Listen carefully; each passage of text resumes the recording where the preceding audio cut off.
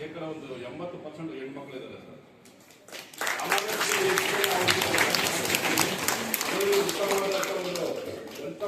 ಅವರು ನಮ್ಮಲ್ಲಿ ಕೊಡ್ತದೆ ರ್ಯಾಂಕ್ ಬಂದಿದ್ದಾರೆ ನಮ್ಮ ವಿದ್ಯಾರ್ಥಿಗಳು.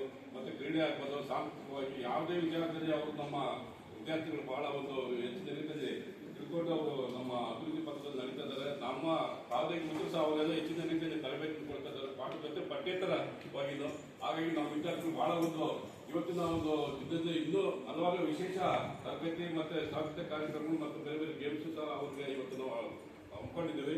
ಆ ನಿಟ್ಟಿನಲ್ಲಿ ಇನ್ನೂ ಹೆಚ್ಚೆಚ್ಚಿಗೆ ನಮ್ಮ ವಿದ್ಯಾರ್ಥಿಗಳು ಮತ್ತು ಅಧ್ಯಾಪಕರು ಮಾತಾಡೋರಿದ್ದರು. ಹಾಗಾಗಿ ನಾವು ಅದು ಕಾರ್ಯಕ್ರಮ ಮುಂದುವರ್ಸ್ಕೊಂಡು ಹೋಗ್ತೀವಿ. ಈಗ ಸಮಯದ ಅಭಾವದಿಂದ ನಮ್ಮ ಈ ಒಂದು ಅವಕಾಶ ಮಾಡಿಕೊಟ್ಟಂತ ಮತ್ತು ನಿಮ್ಮೆಲ್ಲರೂ ವಂದಿಸ್ತಾ ಮತ್ತೊಮ್ಮೆ ಅಂತಾರಾಷ್ಟ್ರೀಯ ಮಹಿಳಾ ದಿನದ ಶುಭಾಶಯ ಕೊಡ್ತಾ ಮಾತು ಮುಗಿಸ್ತಾ ಭಾಷೆಗಳು ನಾನು ಕಾನೂನು ಸೇವಾ ಸಮಿತಿ ಹಾಗೂ ವಕೀಲ ಸಂಘ ಹಾಗೂ ಶಿಕ್ಷಣ ಇಲಾಖೆ ಸಹಯೋಗದೊಂದಿಗೆ ಈ ದಿನ ಅಂತಾರಾಷ್ಟ್ರೀಯ ಮಹಿಳಾ ದಿನಾಚರಣೆಯನ್ನು ಆಚರಣೆ ಮಾಡ್ತಾಯಿದ್ದೇವೆ. ಈ ಒಂದು ಕಾರ್ಯಕ್ರಮಕ್ಕೆ ಆಗಮಿಸುವ ವೇದಿಕೆ ಎಲ್ಲ ಗಣ್ಯರೇ ಹಾಗೂ ನನ್ನ ನೆಚ್ಚಿನ ವಿದ್ಯಾರ್ಥಿಗಳೇ, ನೇರವಾಗಿ ವಿಷಯಕ್ಕೆ ಬರಬೇಕಾದ್ರೆ ಪ್ರಾಚೀನ ಭಾರತದ ಹೆಣ್ಣು ಮಗಳ ಸ್ಥಿತಿಗತಿ, ಆಧುನಿಕ ಭಾರತದ ಹೆಣ್ಣು ಮಗಳ ಸ್ಥಿತಿಗತಿ. ಅಂದರೆ ಪ್ರಾಚೀನ ಭಾರತದಲ್ಲಿ ನಾವೆಲ್ಲರೂ ಕೆಳಗೆ ಯತ್ರ ನಾರ್ಯಂತೆ ಪೂಜ್ಯಂತೆ ತತ್ತ ದೇವತ ರನ್ನಂತೆ ಅಂತ, ಅಂದರೆ ಹೆಣ್ಣು ಎಲ್ಲಿ ಪೂಜಿಸ್ಕೊಡ್ತಾಳೋ ಅಲ್ಲಿ ದೇವತೆಗಳು ವರ್ಷಾನುವರ್ಷದಿಂದ ಇರ್ತಾರೆ ಅಂತ.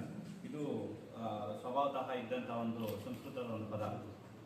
ತದನಂತರ ಏನು ಪ್ರಾಚೀನ ಭಾರತದಲ್ಲಿ ನಾವು ಯಾವುದೇ ರೀತಿ ಮಹಿಳೆಯರ ಒಂದು ಏಳಿಗೆ ಆಗಲಿ ಅಭಿವೃದ್ಧಿ ಆಗಲಿ ಯಾವುದೇ ರೀತಿ ನಾವು ಕಾಣಲಿಲ್ಲ.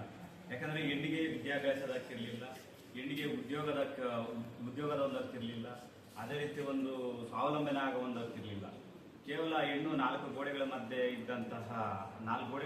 ಇದ್ದು ಕೇವಲ ಮಕ್ಕಳನ್ನ ಇರುವಂಥ ಒಂದು ಯಂತ್ರಗಳಾಗಿದ್ದಂಥ ಸಂದರ್ಭ ನಾವು ಪ್ರಾಚೀನ ಇತಿಹಾಸ ನೋಡಿದ್ರೆ ನಾವು ಅದನ್ನೇ ನೋಡ್ಬೋದು. ಈ ಒಂದು ಭಾರತ ದೇಶದಲ್ಲಿ ಹೆಣ್ಣು ಘನತೆಯಿಂದ, ಗೌರವದಿಂದ, ಆತ್ಮವಿಶ್ವಾಸದಿಂದ ಇದನ್ನೇನು ನಿಮ್ಮೊಂದಿಗೆ ಸದಾ ಒಂದು ಭಾಗವಾಗಿ ಜೀವನ ಮಾಡ್ತಾ ಇದ್ದಾಳೋ, ನಿಜವಾಗ್ಲೂ ಅದಕ್ಕೆ ಆಧುನಿಕ ಭಾರತದ ಸಂವಿಧಾನ ಅಂದರೆ ನಿಜವಾಗ್ಲೂ ತಪ್ಪಾಗಲಾರ್ದು. ಆ ಸಂವಿಧಾನದಲ್ಲಿ ಕೊಟ್ಟಂತಹ ಏನು ಹಕ್ಕುಗಳು ಇವತ್ತಿನ ಹೆಣ್ಣಿನ ಒಂದು ರಕ್ಷಣೆಗೆ ಸದಾ ಮುಂದೆ ಇದೆ. ಅದೇ ರೀತಿ ಕಾನೂನು ಸಹ ನಿಮಗೆ ಸಿಕ್ಕಂತ ಒಂದು ದೊಡ್ಡ ಆನೆ ಬಲ ಅಂದರೆ ನಿಜವಾಗ್ಲೂ ತಪ್ಪಾಗಲಾರ್ದು. ಮೊದಲನೇದಾಗಿ ಹೆಣ್ಣಿಗೆ ಎಲ್ಲೆಲ್ಲಿ ಈ ಒಂದು ವಿಚಾರದ ಬಗ್ಗೆ ಕಾನೂನು ಮತ್ತು ಮಹಿಳೆ ಎರಡೇ ವಿಚಾರ. ಕಾನೂನು ಮತ್ತು ಮಹಿಳೆ ವಿಚಾರಕ್ಕೆ ಬಂದಾಗ ಹೆಣ್ಣನ್ನ ಕಾನೂನಲ್ಲಿ ಎಲ್ಲೆಲ್ಲಿ ರಕ್ಷಣೆ ಮಾಡ್ತೈತೆ ಅನ್ನೋದು ಬಹಳ ಮುಖ್ಯ. ಮೊದಲನೇದಾಗಿ ಬಾಲ್ಯ ವಿವಾಹ 2006ರಲ್ಲಿ ಬಂದಂತಹ ಈ ಒಂದು ಕಾಯ್ದೆ ಹಲವಾರು ನಾವು ಪ್ರದೇಶಗಳು ನಾವು ನೋಡ್ತಾ ಇರ್ಬೋದು. ಇಂದಿಗೂ ಸಹ ಬಾಲ್ಯ ವಿವಾಹ ಏನು ಮಕ್ಕಳು 18 ವರ್ಷಕ್ಕಿಂತ ಮೊದಲೇ ಸಹ ಮದುವೆಗಳು ಮಾಡ್ತಾ ಇದ್ರು. ಇನ್ನು ವಿಶೇಷವಾಗಿ ಹಳೆ ಕಾಲದಲ್ಲಿ ಹುಟ್ಟಿದಂತಹ ಮಕ್ಕಳಿಗೆ ತೊಟ್ಲಲ್ಲೇ ಸಹ ಏನು ಮದುವೆ ಅಂದರೆ ಬೇರೆ ಶಾಸ್ತ್ರ ಮಾಡುವಂಥ ಒಂದು ಸಂಪ್ರದಾಯ ಇತ್ತು. ಆದರೆ ಕಾನೂನು ಬಂದ ಮೇಲೆ ಬಾಲ್ಯ ವಿವಾಹ ಅದು ಸದಾಕಾಲ ನಿಷೇಧ ಆಗಿದೆ. ಒಂದು ವೇಳೆ ಬಾಲ್ಯ ವಿವಾಹ ಮಾಡಿದ್ರೆ 1 ವರ್ಷ ಶಿಕ್ಷೆ, 30,000 ದಂಡ ಸಹ ಇದೆ. ಇನ್ನು ತದನಂತರ ವರದಕ್ಷಿಣೆ ನಿಷೇಧ ಕಾಯ್ದೆ 1961ರಲ್ಲಿ ಬಂದಂಥ ಈ ಒಂದು ಗೌರಿ ಪ್ರಾಹಿಬಿಷನ್ ಆಕ್ಟಲ್ಲಿ ವರದಕ್ಷಿಣೆ ಕೇಳೋದು ತಪ್ಪು, ತಗೊಳ್ಳೋದು ತಪ್ಪು. ಒಂದು ವೇಳೆ ಏನಾದರೂ ವರದಕ್ಷಿಣೆ ಕೇಳೋದಾಗಲಿ ತಗೊಳ್ಳೋದಾಗಲಿ ಕೊಟ್ಟಿದೆ ಆದರೆ ಅವರಿಗೆ 5 ವರ್ಷ ಶಿಕ್ಷೆ ಪ್ಲಸ್ 5 ಲಕ್ಷ ದಂಡ. ಇದು ತದನಂತರ ಬಂದಂಥ ಕಾಯ್ದೆ. ಇನ್ನು ಮತ್ತೊಂದು ವಿಶೇಷವಾದ ಒಂದು ಕಾಯ್ದೆ ಏನಂದರೆ ಏನು ಹೆಣ್ಣು ಮಕ್ಕಳ ಒಂದು ದೌರ್ಜನ್ಯ ತಡೆ ನಿಷೇಧ ಕಾಯ್ದೆ. ಅಂದರೆ ಕೌಟುಂಬಿಕ ಪ್ರಕರಣಗಳಲ್ಲಿ ಏನು ಒಂದು ಮದುವೆಯಾದಂಥ ಹೆಣ್ಣು ತನ್ನ ಕುಟುಂಬದಲ್ಲಿ ಅತ್ತೆ ಆಗಲಿ, ಮಾವ ಆಗಲಿ ಅಥವಾ ಯಾರೇ ಅವರ ಒಂದು ಸಂಬಂಧಿಕರಿಂದ ಯಾವುದೇ ರೀತಿ ಮಾನಸಿಕ ಹಿಂಸೆ, ದೈಹಿಕ ಹಿಂಸೆ ಅಥವಾ ಬೇರೆ ಆರ್ಥಿಕ ಹಿಂಸೆ ಯಾವುದೂ ಸಹ ಆಕೆಗೆ ನೋವು ಆಗಬಾರ್ದು ಅನ್ನೋಕ್ಕೋಸ್ಕರ 2005ರಲ್ಲಿ ಈ ಕೌಟುಂಬಿಕ ತಡೆ ಕಾಯ್ದೆ ಬಂದಿದೆ. ಇದರಲ್ಲೂ ಸಹ ಹೆಣ್ಣಿಗೆ ಒಂದು ರಕ್ಷಣೆ ಇದೆ. ಇನ್ನು ವಿಶೇಷವಾಗಿ ಸಮಾಜದಲ್ಲಿ ನೋಡಿದಂತಹ ಎಲ್ಲ ಪ್ರಕರಣಗಳಲ್ಲಿ ಹೆಣ್ಣು ಮಕ್ಕಳ ಮೇಲೆ ಅತ್ಯಾಚಾರ, ದೌರ್ಜನ್ಯ, ದಬ್ಬಾಳಿಕೆ ಸದಾ ಇದೆ. ಇದೆಲ್ಲ ರಕ್ಷಣೆಗೆ ಏನು ನಮ್ಮ ಇಂಡಿಯನ್ ಪೀನಲ್ ಕೋಡ್ ಈಗ ಬಂದಂಥ ಭಾರತೀಯ ನ್ಯಾಯ ಸಂಹಿತ 2023ರಂತೆ, ಅದೇ ರೀತಿಯ ವಿಶೇಷವಾದ ಒಂದು ಪ್ರಕರಣಗಳಲ್ಲಿ 2012ರಲ್ಲಿ ನಿರ್ಭಯ ಪ್ರಕರಣ ಬಂದ ಮೇಲಂತೂ ಅತ್ಯಾಚಾರ ಪ್ರಕರಣದಲ್ಲಿ ತೀರಾ ವಿಶೇಷ ಪ್ರಕರಣಗಳಲ್ಲಿ ಎಲ್ಲ ಕಾನೂನುಗಳು ತಿದ್ದುಪಡಿ ಮಾಡಿ ಹೆಣ್ಣು ಮಕ್ಕಳ ಮೇಲೆ ಅತ್ಯಾಚಾರ ಆದಂಥ ಪ್ರಕರಣಗಳಲ್ಲಿ, ವಿಶೇಷ ಪ್ರಕರಣಗಳಲ್ಲಿ ಅವರಿಗೆ ಗಲ್ಲು ಶಿಕ್ಷೆ ಸಹ ವಿಧಿಸುವ ಒಂದು ಅವಕಾಶ ಇದೆ. ಅದೇ ರೀತಿ ತಪ್ಪಿದ್ದಲ್ಲಿ ಅಂಥ ಒಂದು ಪ್ರಕರಣ ಸಾಬೀತಾದರೆ ಅವರಿಗೆ ಜೀವಾವಧಿ ಶಿಕ್ಷೆ, ಅಂದರೆ ಈಗ ಮೊದಲಿದ್ದ ಜೀವಾವಧಿ ಶಿಕ್ಷೆ ಅಂದರೆ 14 ವರ್ಷ ಇತ್ತು. ಈಗ ಜೀವಾವಧಿ ಶಿಕ್ಷೆ ಅಂದರೆ ಆತ ಬದುಕಿರೋವರೆಗೂ, ಅಂದರೆ ಏನು ಆತ ನ್ಯಾಚುರಲ್ ಲೈಫ್ ಎಲ್ಲರಿಗೂ ಇದೆಯೋ ಅಲ್ಲಿವರೆಗೂ ಶಿಕ್ಷೆ ಇದೆ. ಇದೆಲ್ಲ ಒಟ್ಟಾರೆಯಾಗಿ ಹೇಳೋ ಉದ್ದೇಶ ಏನಂದರೆ ಹೆಣ್ಣು ಮಕ್ಕಳ ಒಂದು ರಕ್ಷಣೆಗೆ ಆದಂಥ ವಿಶೇಷವಾದ ಒಂದು ಕಾಯ್ದೆಗಳು. ಮತ್ತು ಇನ್ನು ಆರ್ಥಿಕ ಸಬಲೀಕರಣಕ್ಕೆ ಸಂಬಂಧಪಟ್ಟಂತೆ ಏನು ಮಹಿಳೆ ಗಂಡಿಗೆ ಸರಿಸಮನಾಗಿ ಇರಬೇಕು ಅನ್ನೋ ಉದ್ದೇಶಕ್ಕೋಸ್ಕರ 1956ರಲ್ಲಿ ಹಿಂದೂ ಸಕ್ಸೆಷನ್ ಆಕ್ಟ್ ಅಂತ ಏನು ಬಂದೆ, ಅಂದ್ರೆ ಪಿತ್ರಾಳಿತ ಆಸ್ತಿ ಆಗಿರ್ಬೋದು, ತಂದೆ ಆಸ್ತಿ ಆಗಿರ್ಬೋದು, ಹೆಣ್ಣು ಸಹ ಗಂಡಿಗೆ ಸಮಾನವಾದ ಒಂದು ಹಕ್ಕಿದೆ, ಆಕೆಗೂ ಸಹ ಎಲ್ಲ ಆಸ್ತಿಗಳಲ್ಲೂ ಸಮಾನವಾದ ಹಕ್ಕಿದೆ ಅಂತ ಒಂದು ಕಾಯ್ದೆ ಜಾರಿಗೆ ಬಂದಿದೆ. ಇನ್ನು ತದನಂತರದಲ್ಲಿ ಸ್ವತಂತ್ರ ಏನು ಸಂವಿಧಾನ ಜಾರಿಗೆ ಬರುವ ಒಂದು ಸಂದರ್ಭದಲ್ಲಿ ಡಾಕ್ಟರ್ BR ಅಂಬೇಡ್ಕರ್ ಅವರು ಒಂದು ಹಿಂದೂ ಕೋಡ್ ಬಿಲ್ ಅನ್ನೋದು ಜಾರಿಗೆ ಮಾಡಿದ್ರು. ಆ ಒಂದು ಹಿಂದೂ ಕೋಡ್ ಬಿಲ್ನಲ್ಲಿ 5 ಕಾಯ್ದೆಗಳು ವಿಶೇಷವಾಗಿ ಪ್ರಸ್ತಾಪ ಮಾಡಿದ್ರು. ಆ ಪಾರ್ಲಿಮೆಂಟಲ್ಲಿ ಪ್ರಸ್ತಾಪ ಮಾಡಿದ್ದು ಏನು ಇದು ಹಿಂದೂ ಸಕ್ಸೆಷನ್ ಆಕ್ಟ್ ಆಗಿರ್ಬೋದು, ಅಥವಾ ಹಿಂದೂ ರಿಮ್ಯಾರೇಜ್ ಆಗಿರ್ಬೋದು, ಅಥವಾ Hindu adoption and maintenance act ಆಗಿರ್ಬೋದು, ಈ ಎಲ್ಲ ಕಾಯ್ದೆಗಳು ಸಹ ತಡವಾಗಿ ಜಾರಿಗೆ ಬಂದರೂ ಸಹ ಆ ಒಂದು ಕಾಲಕ್ಕೆ ಹೆಣ್ಣು ಮಕ್ಕಳನ್ನ ಏನು ನಮ್ಮ ಸಮಾಜದಲ್ಲಿ ಹುಟ್ಟಂತ ಎಲ್ಲ ಈ ಒಂದು ಮಹಿಳೆಯರನ್ನ ಸಮಾನವಾಗಿ ಕಾಣಬೇಕು ಅನ್ನೋ ಉದ್ದೇಶಕ್ಕೋಸ್ಕರ ಎಲ್ಲ ತಂದರು. ಇನ್ನು ವಿಶೇಷವಾಗಿ ವಿವಾಹಕ್ಕೆ ಸಂಬಂಧಪಟ್ಟಂತೆ ವಿಪತ್ತಿತ್ವ, ಮದುವೆ ಆದ ಒಂದು ಹೆಣ್ಣು ಗಂಡು ಬದುಕಿರೋ ಕಾಲಕ್ಕೆ ಮದುವೆ ಆದ ನಂತರ ಬೇರೆ ಮದುವೆ ಆಗಂಗಿಲ್ಲ, ಕಾನೂನು ರೀತಿ ಇದೆ, ಅದು ನಿಷೇಧ. ಒಂದು ವೇಳೆ ಇನ್ನೊಂದು ಮದುವೆ ಆದರೆ ಅದು ಕಾನೂನು ಪ್ರಕಾರ ಅನೂರ್ಜಿತ ಆಗ್ತದೆ, ಅಂದ್ರೆ ಅದು ನಾಟ್ ವ್ಯಾಲಿಡ್ ಆಗ್ತೈತೆ. ಅದರಿಂದ ಮೊದಲನೇ ಮದುವೆ ಆಗಿ ಹೆಣ್ಣು ಆ ಒಂದು ಗಂಡ ಹೆಂಡತಿ ಬದುಕಿರ್ಬೇಕಾದ್ರೆ ಇನ್ನೊಂದು ಮದುವೆ ಆಗಂಗಿಲ್ಲ. ಒಂದು ವೇಳೆ ಎರಡನೇ ಮದುವೆ ಆದಂತ ಒಂದು ಸಂದರ್ಭಗಳಲ್ಲಿ ಸಹ ಆ ಒಂದು ವೇಳೆ ಮೊದಲನೇ ಹೆಂಡತಿ ಗೊತ್ತಿಲ್ಲದಿರೋ ಎರಡನೇ ಮದುವೆ ಆದರೂ ಸಹ ಎರಡನೇ ಹೆಂಡತಿಗೆ ಜೀವನಾಂಶದ ಹಕ್ಕಿದೆ, ಅದು ಸಹ ಕಾನೂನಲ್ಲಿ ಅವಕಾಶ ಇದೆ. ಇನ್ನು ವಿಶೇಷವಾಗಿ ಏನು ಅಕ್ರಮ ಸಂಬಂಧದಿಂದ ಹುಟ್ಟಂತಹ ಮಕ್ಕಳಿಗೂ ಸಹ ವಿಶೇಷವಾದ ಒಂದು ಕಾನೂನು ಜಾರಿಗೆ ಬಂದಿದೆ. ನಾವು ನೇರವಾಗಿ ಹೇಳ್ಬೇಕಾದ್ರೆ ಒಂದು ಗಂಡು ಹೆಣ್ಣು ಅಕ್ರಮ ಸಂಬಂಧ ಇದ್ರೂ ಸಹ ಅದರಿಂದ ಹುಟ್ಟುವಂತಹ ಮಗು ಸಹ ಅದು ವ್ಯಾಲಿಡ್ ಮಗು, ಅಂದ್ರೆ ಕಾನೂನು ಪ್ರಕಾರ ಅದು ವ್ಯಾಲಿಡ್ ಮಗು ಅಂತ ನಾವು ಅದನ್ನ ಕನ್ಸಿಡರ್ ಮಾಡಬೇಕಾಗ್ತೈತೆ. ಯಾಕಂದ್ರೆ ಹುಟ್ಟೋ ಮಗುಗೆ ನಾನು ಇಂಥ ತಂದೆ ತಾಯಿಗೆ ಹುಟ್ಟಬೇಕು ಅಂತ ಯಾವುದೇ ರೀತಿ ಆಕೆಗೆ ಒಂದು ತಿಳುವಳಿಕೆ ಇರೋದಿಲ್ಲ. ಆ ಒಂದು ಸಂದರ್ಭದಲ್ಲಿ ಎಲ್ಲ ಅಕ್ರಮ ಸಂಬಂಧಗಳಿಂದ ಹುಟ್ಟರು ಮಗು ಸಹ ಅದು ಕಾನೂನು ಪ್ರಕಾರ ಕಾನೂನುಬದ್ಧವಾಗಿ ಅದಕ್ಕೆ ಏನೋ ಸಿಗ್ತೈತೆ ಎಲ್ಲ ಸಿಗ್ತೈತೆ ಅಂತ ಸುಪ್ರೀಂ ಕೋರ್ಟ್ ಸಾಕಷ್ಟು ಪ್ರಕರಣಗಳಲ್ಲೂ ಹೇಳಿದೆ.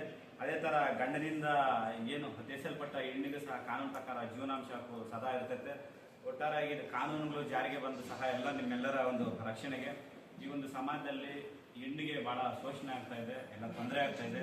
ಕಾರಣ ಏನಂದ್ರೆ ಹೆಣ್ಣೆ ಶತ್ರು ಆಗೋ ಒಂದು ಪರಿಸ್ಥಿತಿಗಳು ಬಂದಿದೆ. ಅದರಿಂದ ಹೆಣ್ಣು ಒಂದು ಜನಿಸಿ ಈಗ ಸಾಹೇಬ್ರು ಹೇಳಿದ್ರು ಏನು PCP ಅಂತ, ಅಂದ್ರೆ ಸೆಕ್ಸ್ ಡಿಟರ್ಮಿನೇಷನ್ ಇಲ್ಲೀಗಲ್. ಅಂದ್ರೆ ನಾವೇನು ಒಂದು ತಾಯಿ ಒಂದು ಗರ್ಭ ಧರಿಸಿದ ತಕ್ಷಣ ಆ ಒಂದು ಮಗು ಹೆಣ್ಣು ಗಂಡು ಅನ್ನೋದು ಸಹ ಪರೀಕ್ಷೆ ಮಾಡೋದು ಕಾನೂನು ಪ್ರಕಾರ ತಪ್ಪು. ಒಂದು ವೇಳೆ ಅದ್ರ ಪ್ರಕಾರ ಯಾರಾದ್ರೂ ಒಂದು ಪತ್ತೆ ಹೆಚ್ಚಲ್ಲಿ ಏನಾದರೂ ಒಂದು ಪ್ರಯತ್ನ ಮಾಡಿದ್ರೆ ಕಾನೂನು ಪ್ರಕಾರ ಅವರಿಗೆ 3 ವರ್ಷ ಶಿಕ್ಷೆ. ಹೊರಗಡೆ ಏನೋ ಕೆಲಸ ಮಾಡ್ತಾರೆ, ಮತ್ತೆ ಬಂದು ಮನೆಯಲ್ಲಿ ಸಹ ದುಡಿಮೆ ಮಾಡ್ತಾರೆ. ಆದರೆ ಪುರುಷರ ಒಂದೇ ಕಡೆ ಕೆಲಸ ಮಾಡೋದು, ಹೊರಗಡೆ ಆಫೀಸಿಗೆ ಏನಾದರೂ ಕೆಲಸಕ್ಕೆ ಹೋಗಿ ಬಂದರೆ ಮನೆಯಲ್ಲಿ ಕೆಲಸ ಮಾಡಲ್ಲ. ಉದಾಹರಣೆಗೆ ತಗೋಬೇಕಂದ್ರೆ ಇಲ್ಲೇ ನಿಮ್ಮಲ್ಲಿ ಕಾಲೇಜ್ ಸ್ಟೂಡೆಂಟ್ಸು ಗಂಡು ಮಕ್ಕಳು ಏನು ಮಾಡ್ತಾರೆ, ಕಾಲೇಜಿಗೆ ಬರ್ತಾರೆ, ಬೆಳಿಗ್ಗೆ ಸಂಜೆ ಮನೆಗೆ ಹೋದ್ಮೇಲೆ ಹೊರಗಡೆ ಏನೋ ತಿರುಗಾಡಕ್ಕೆ ಹೋಗ್ತಾರೆ, ಆಟ ಆಡಕ್ಕೆ ಹೋಗ್ತಾರೆ. ಆದರೆ ಹೆಣ್ಮಕ್ಳು ತಾವು ಆಗಲ್ಲ, ಮನೆಗೆ ಹೋಗಿ ಮತ್ತೆ ಕೆಲಸ ಮಾಡಬೇಕು, ನಿಮ್ಮ ತಾಯಿಗೆಲ್ಲ ಹೆಲ್ಪ್ ಮಾಡಬೇಕು, ಮನೆ ಕೆಲಸ ಗೂಡಿಸ್ಬೇಕು. ಅದಕ್ಕಾಗಿ ಅಷ್ಟು ಪ್ರಾಮುಖ್ಯತೆ ಇರೋದು ಹೆಣ್ಮಕ್ಳಿಗೆ. ಆದರೂ ಸಹ ಇಷ್ಟೊಂದು ಸಮಸ್ಯೆಗಳನ್ನು ಎದುರಿಸಿದ್ದಾರೆ ಹೆಣ್ಮಕ್ಳು. ಇಂದಿಗೂ ಸಹ ನಾವು ಸ್ವಾತಂತ್ರ್ಯ ಪಡೆದು 75 ವರ್ಷ ಮೇಲಾಗಿದ್ದರೂ ಸಹ ರಾತ್ರಿ ಸಮಯದಲ್ಲಿ ಒಬ್ಬ ಹೆಣ್ಣು ಮಗಳು ಒಬ್ಬಳೇ ಓಡಾಡೋದು ಕಷ್ಟ. ಅದಕ್ಕಾಗಿ ನಮ್ಮ ರಾಷ್ಟ್ರಪಿತ ಮಹಾತ್ಮ ಗಾಂಧೀಜಿಯವರು ಹೇಳಿದರು, ಯಾವಾಗ ನಮ್ಮ ದೇಶದಲ್ಲಿ ಒಬ್ಬ ಮಹಿಳೆಯು ರಾತ್ರಿ ಸಮಯದಲ್ಲಿ ಒಬ್ಬಳೇ ಓಡಾಡ್ಬೋದು, ಆವಾಗ ಮಾತ್ರ ನಾವು ನಿಜವಾದ ಸ್ವಾತಂತ್ರ್ಯವನ್ನು ಪಡೆದುಕೊಂಡಿದ್ದೇವೆ ಅಂತ ಅನ್ಬೋದು. ಅದನ್ನು ನೋಡಿದರೆ ನಾವು ಇನ್ನೂ ನಿಜವಾದ ಸ್ವಾತಂತ್ರ್ಯ ಪಡೆದಿಲ್ಲ ಅಂತ ಗೊತ್ತಾಗುತ್ತೆ.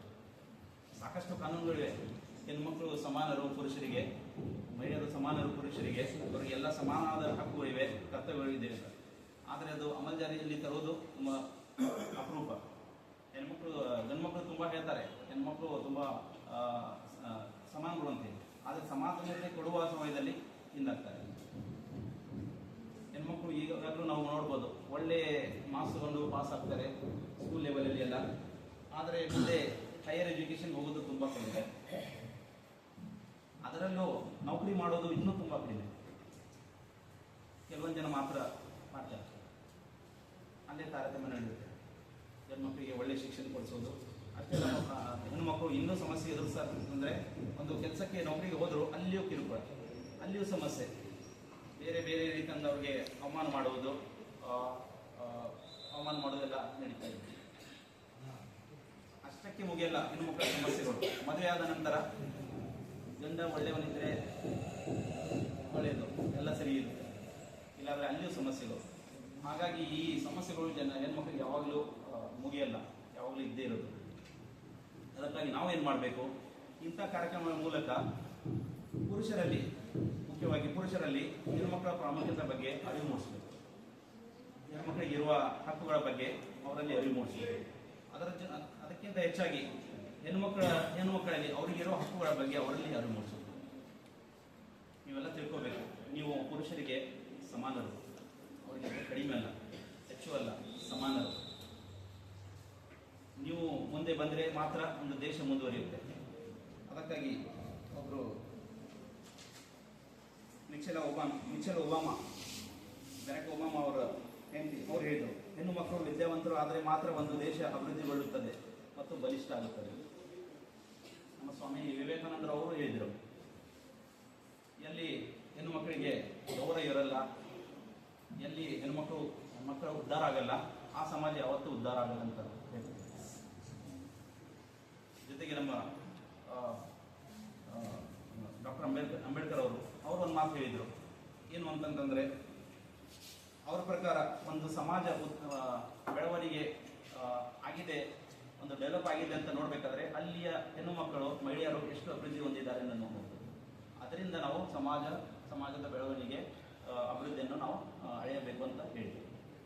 ಹಾಗಾಗಿ ಈ ಕಾರ್ಯಕ್ರಮದ ಉದ್ದೇಶ ಇಷ್ಟೇ, ತಮ್ಮೆಲ್ಲರ ಮಧ್ಯ ನಿಮ್ಮ ಹಕ್ಕುಗಳ ಬಗ್ಗೆ ಅರಿವು ಮೂಡಿಸುವುದು, ನಿಮ್ಮೆಲ್ಲರಿಗೆ ಇರುವ ಹಕ್ಕುಗಳ ಬಗ್ಗೆ, ಸೌಲಭ್ಯಗಳ ಬಗ್ಗೆ ಅರಿವು ಮೂಡಿಸುವುದು, ತಾವು ಹಕ್ಕುಗಳನ್ನು, ಸೌಲಭ್ಯಗಳನ್ನು ಪಡೆಯುವಂತೆ ಮಾಡುವುದು, ಇದೇ ಉದ್ದೇಶದಿಂದ ಈ ದಿನವನ್ನು ಆಚರಣೆ ಮಾಡ್ತೇವೆ.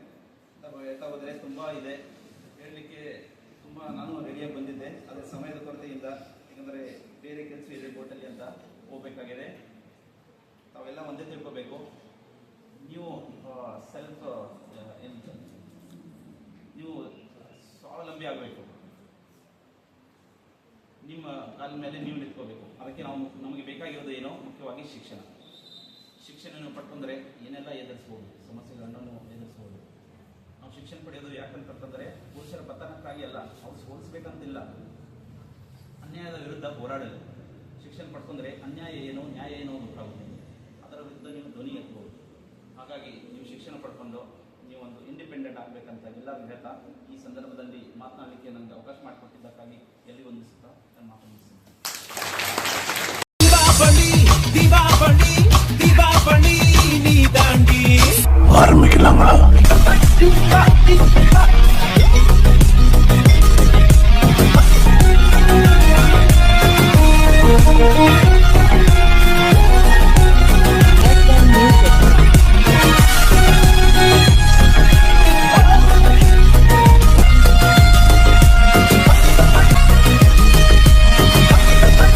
தரம் என்றும் நிரந்தரம், தரம் என்றும் நிரந்தரம், தரம் என்றும் நிரந்தரம். வாங்க.